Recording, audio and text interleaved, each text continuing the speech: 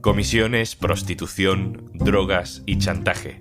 Un general de la Guardia Civil, un diputado desconocido del PSOE y un mediador con antecedentes que ahora tira de su propia manta. Soy Juan Luis Sánchez. Hoy en Un Tema al Día, claves y personajes del caso Mediador.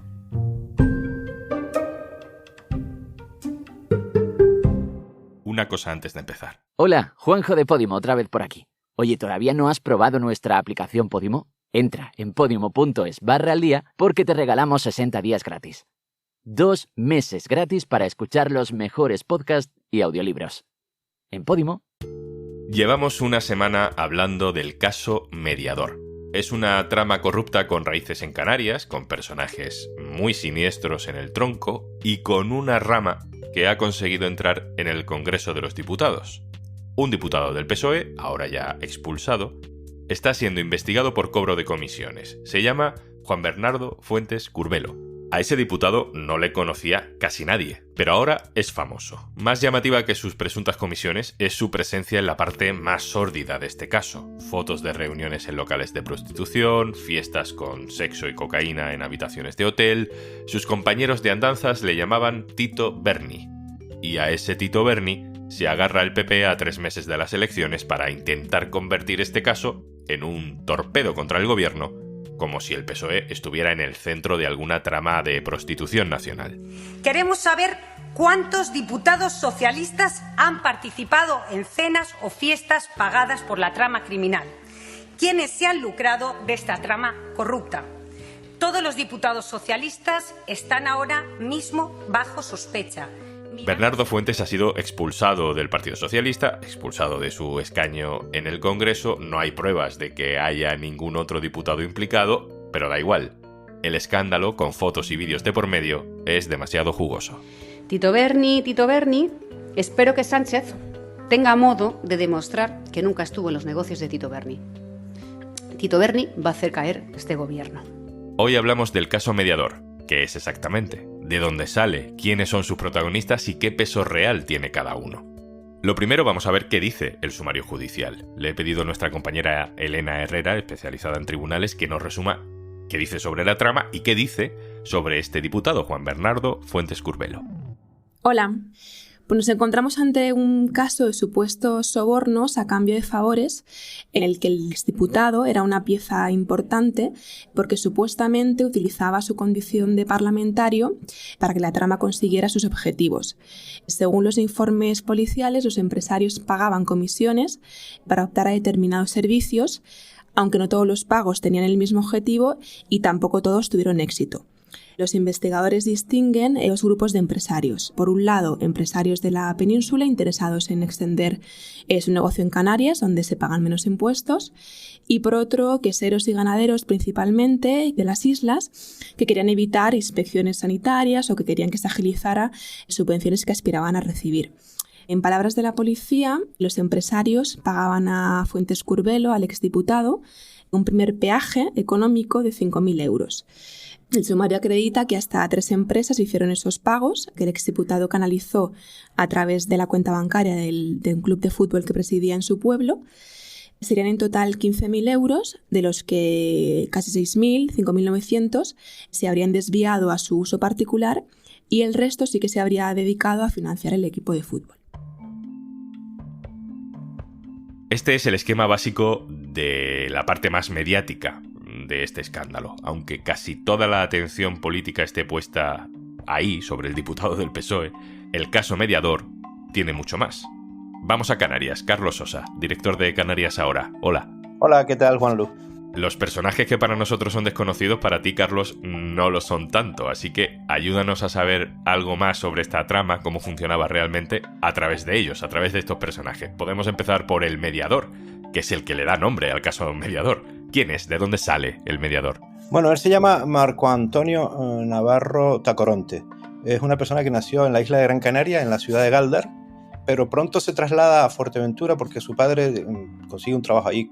Algunas personas con las que hemos hablado nos confirman que era el primero en llegar a la fiesta y el último en irse. Un tipo con una capacidad de relacionarse extraordinaria. Y en la lectura del sumario se deduce fácilmente su capacidad de encantar.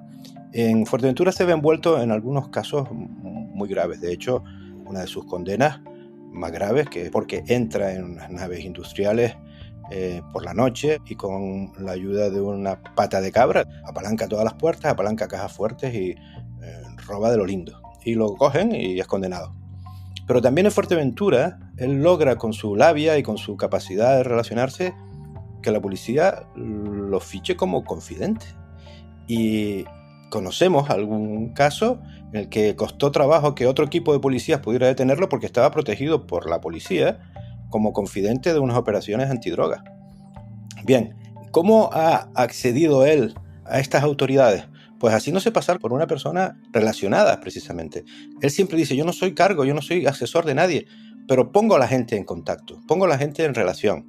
Y claro, la pone en relación previo pago de su importe exacto. Independientemente de su capacidad para ser un liante, del otro lado tiene que haber alguien que quiera liarse, ¿no?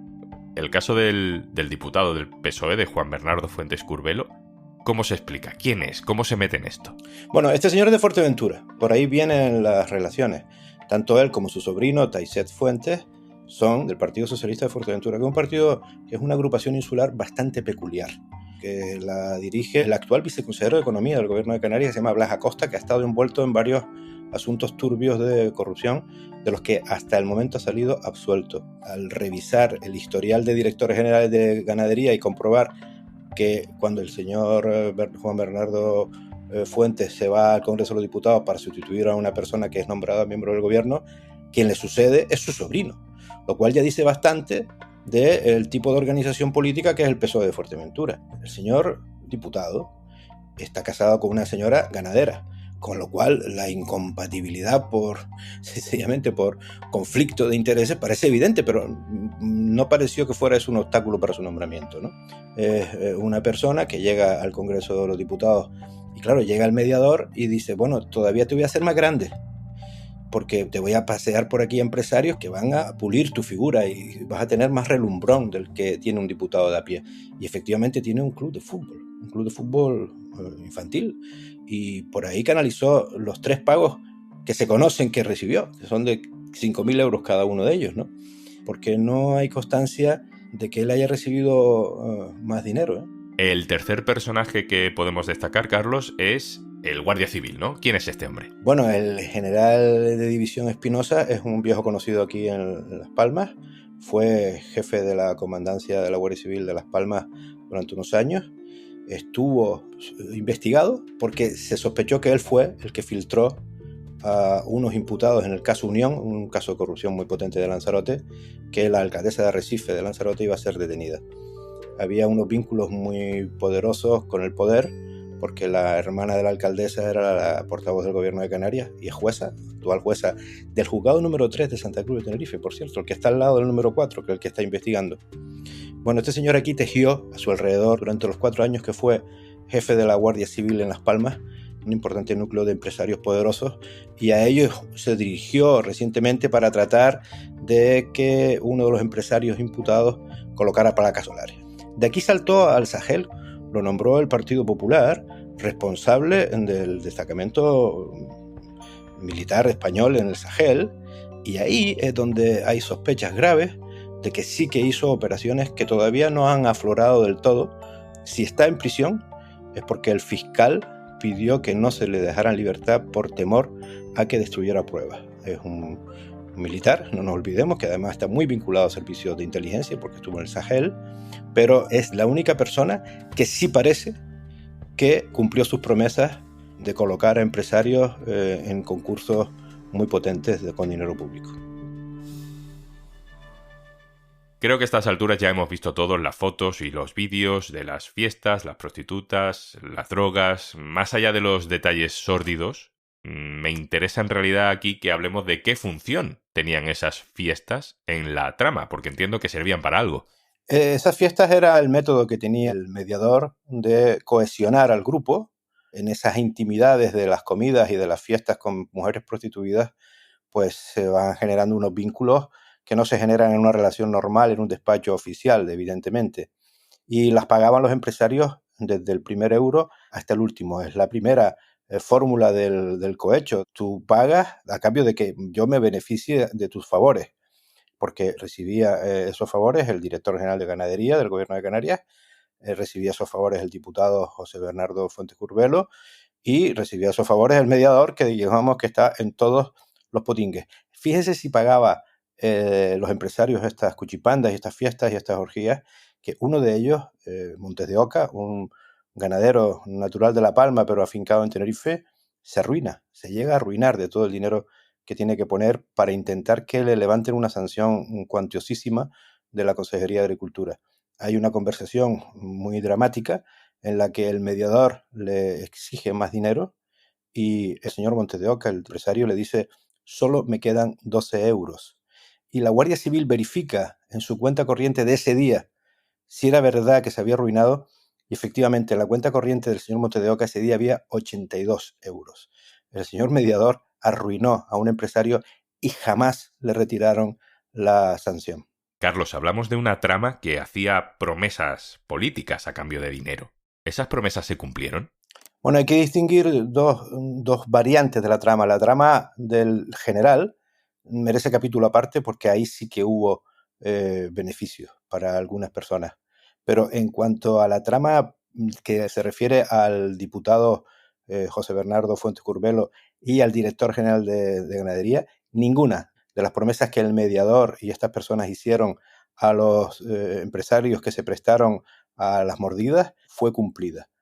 Mi criterio, en mi opinión, ese es el motivo por el cual el mediador entrega todas las grabaciones para dar una huida hacia adelante, de modo y manera que si alguien le va a reclamar algo, lo tenga que hacer en la vía judicial, porque se ha judicializado gracias a la entrega de su material, de todo el material que tenía, y con eso se ha blindado de alguna manera, aunque vaya a sufrir, las consecuencias de sus actos de manera penal.